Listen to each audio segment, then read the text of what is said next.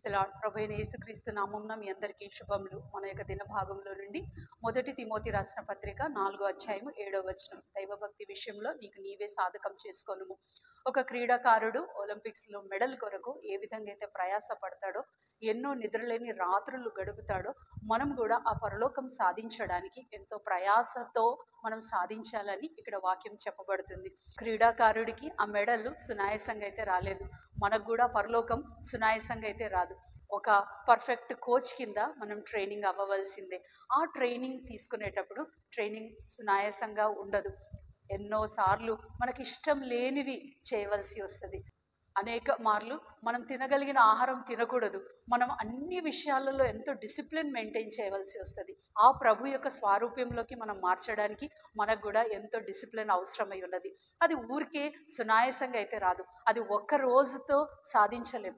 తప్పనిసరిగా మనకు దినదినం నేర్చుకోవాల్సి వచ్చింది. ఈ క్రీడాకారుడికైతే ఒక మంచి కోచ్ ఉంటాడు. మనకు పరిశుద్ధాత్మ దేవుడు మంచి కోచ్గా ఉండి దినదినము మనకు బోధించేవాడుగా ఉన్నాడు. ఆయన దగ్గరికి వస్తే మనం ఆ దైవభక్తిని సాధించడానికి ఏమేం కావాలో, ఒకరోజు ఫెయిల్ అవుతాం, పర్వాలేదు, రేపటి దినాన మళ్ళీ పాస్ అవ్వడానికి ఛాన్సెస్ 5% ఉండవచ్చు.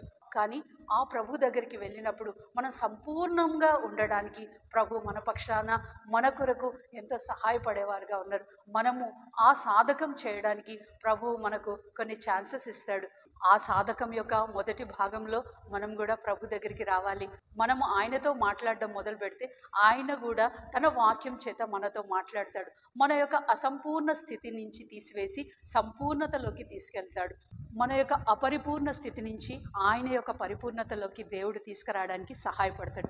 రండి, మన యొక్క అసంపూర్ణ స్థితి నుంచి దేవుడి యొక్క సంపూర్ణతలోకి వెళ్దాం. రండి, ప్రార్థన చేసుకుందాం. ప్రియమైన తండ్రి, యేసు ప్రభు ఘనమైన నామంలో మీ పాసనీల్లో చేరి దేవా, మేము కూడా నీతో ఉండు భాగ్యంలోకి వచ్చటకు మీరే కృప చూపించమని ప్రార్థిస్తున్నాం. దేవా, మా అసంపూర్ణ స్థితిని నుంచి దేవా నీ సంపూర్ణతలోకి మమ్మల్ని తీసుకువెళ్ళమని ప్రార్థిస్తున్నాం. మేము కూడా నీ స్వరూపంలో వచ్చుటకు దేవా నీ కృపను ప్రసాదించమని ప్రార్థిస్తూ యేసుక్రీస్తు నామంలో ప్రార్థిస్తున్నాం తండ్రి. ఆమేన్.